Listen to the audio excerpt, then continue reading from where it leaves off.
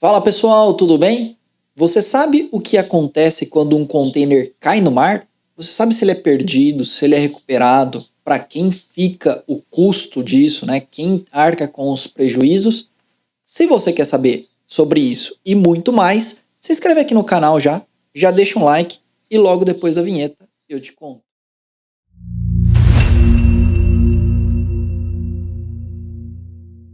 Olá pessoal, tudo bem? Sejam bem-vindos a mais um vídeo aqui no canal. Eu sou o Patrick e esse é o canal Papo para PJ. Nós temos vídeos aqui toda semana e estamos em todas as redes sociais. Se você não nos segue em algumas, o link está aqui na descrição.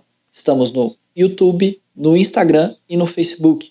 No Instagram eu posto notícias diárias lá, então se você não faz parte dessa nossa rede social, se inscreve, o link está aqui na descrição. E se você está caindo de paraquedas nesse vídeo aqui, o nosso canal traz vídeos toda semana sobre o mundo de comércio exterior, muito mais focado na parte de financiamentos, né?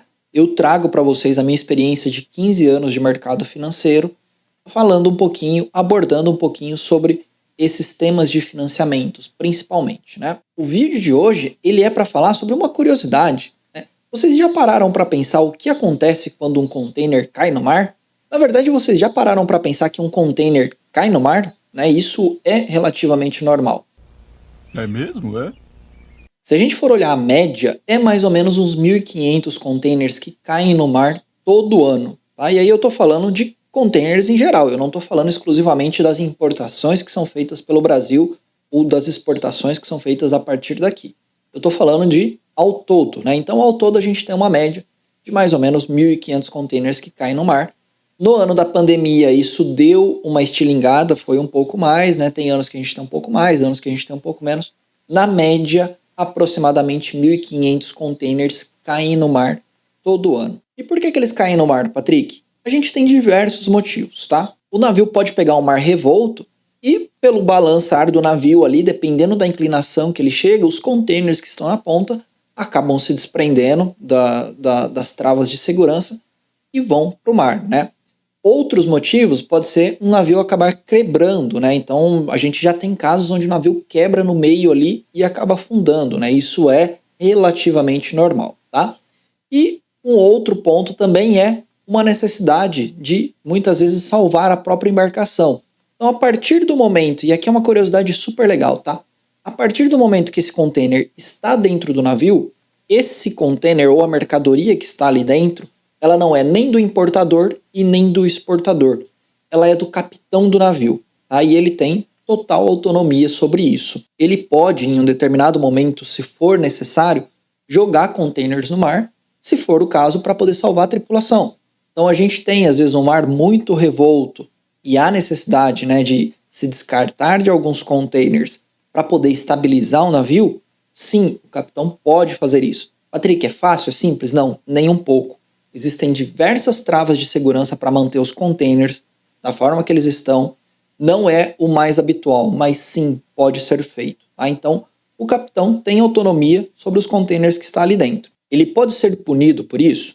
Não. Obviamente tem uma série de explicações que ele precisa dar, uma série de justificativas para ter feito isso, mas não, ele não é punido por jogar o container no mar em virtude de tentar salvar a embarcação, de tentar salvar a tripulação, tá? Então, ele tem autonomia para isso e ele não é punido. E quem arca com esse prejuízo? Muitas vezes a gente tem ali, né, nos transportes, a gente tem o seguro de transporte, né? Então a gente tem o frete marítimo, né, e a gente tem o seguro desse frete marítimo. Este seguro é justamente para arcar com possíveis prejuízos. Então, o container caiu no mar, né? Eu tenho um seguro de frete e vai arcar com isso. Houve uma super avaria, o container não caiu no mar, mas os containers se soltaram dentro do navio e houve uma avaria, né? Perdi a minha carga. Quem vai arcar com isso? O seguro de frete, tá? Então existe toda uma estrutura por trás de seguro e de proteção que é importante que as empresas façam para mitigar possíveis riscos como esse. E um ponto super interessante é que desde 2014, que foi quando a gente começou a ter, né, os porta-containers, né, aquelas embarcações gigantes que chegam a 400 metros, um pouco mais ou um pouco menos, foi quando a gente começou a ter um aumento de queda dos containers no mar. Por quê? Porque são embarcações extremamente grandes e que levam quantidades de containers gigantescas, né? Então, pode ocorrer sim dessas embarcações extremamente grandes sofrerem mais com mau tempo, sofrerem mais com ventos, né? E aí acaba realmente tendo toda essa parte de perca de containers. E o que acontece quando um container cai no mar, né? O container cai no mar, alguns containers permanecem boiando por alguns dias, né? Outros containers afundam. Quando um container cai no mar, por questões óbvias, né, a própria embarcação que está transportando, ela não retorna para buscar esse container, ela não tem capacidade para isso. Então ela segue o trajeto dela e informa, né, as autoridades da região onde ela estiver que um container caiu naquela localidade. Aí ela informa aquela região onde caiu. Iniciam-se as buscas. Quando o container está boiando, é um pouco mais fácil de localizar e de fazer o resgate desse container. Agora, quando o container afunda, é um pouco mais difícil, principalmente por uma questão de profundidade. Dependendo da profundidade, há necessidade de se usar robôs, né, que descem com os cabos, e aí você tem um navio que issa esse container.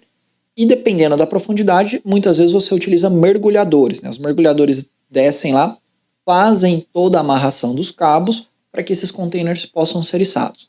Mas isso eu estou falando para vocês quando o container é localizado, né? Na grande maioria das vezes, quando esse container afunda, ele não é localizado e aí realmente é considerado uma perca daquela mercadoria, né? Daquele bem que está sendo transportado. Um fato interessante e um ponto importante, na verdade, né, é essas novas embarcações, ou seja, desde 2014, né, quando a gente passou a ter esses big ships, né, esses grandes navios, é a estrutura dele.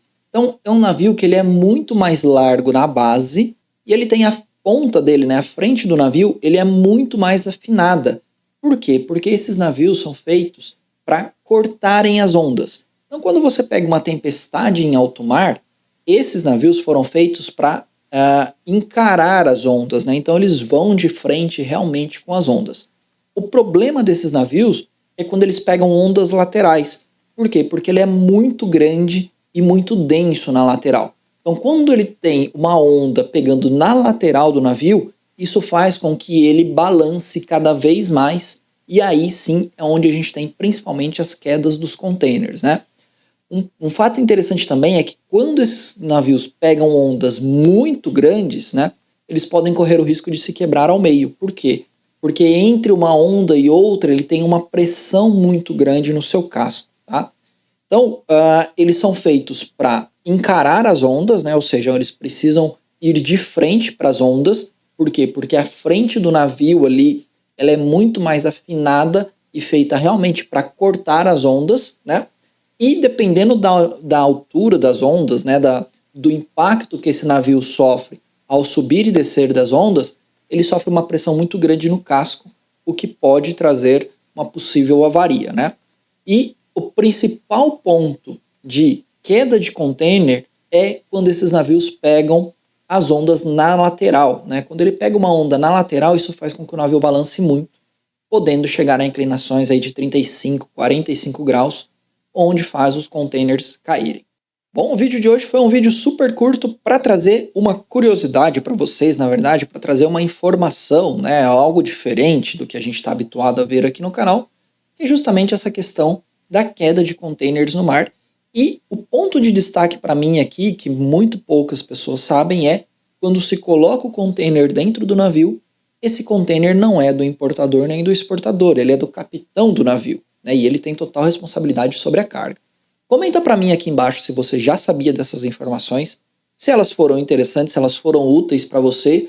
E a minha dica aqui é sempre busque um despachante aduaneiro, alguém que cuide de fretes, alguém que cuide de nacionalizações, de importação e exportação, para poder te assessorar, beleza? Então a gente se vê no nosso próximo vídeo, no nosso próximo sábado, e até lá, um abraço para vocês. Tchau, tchau!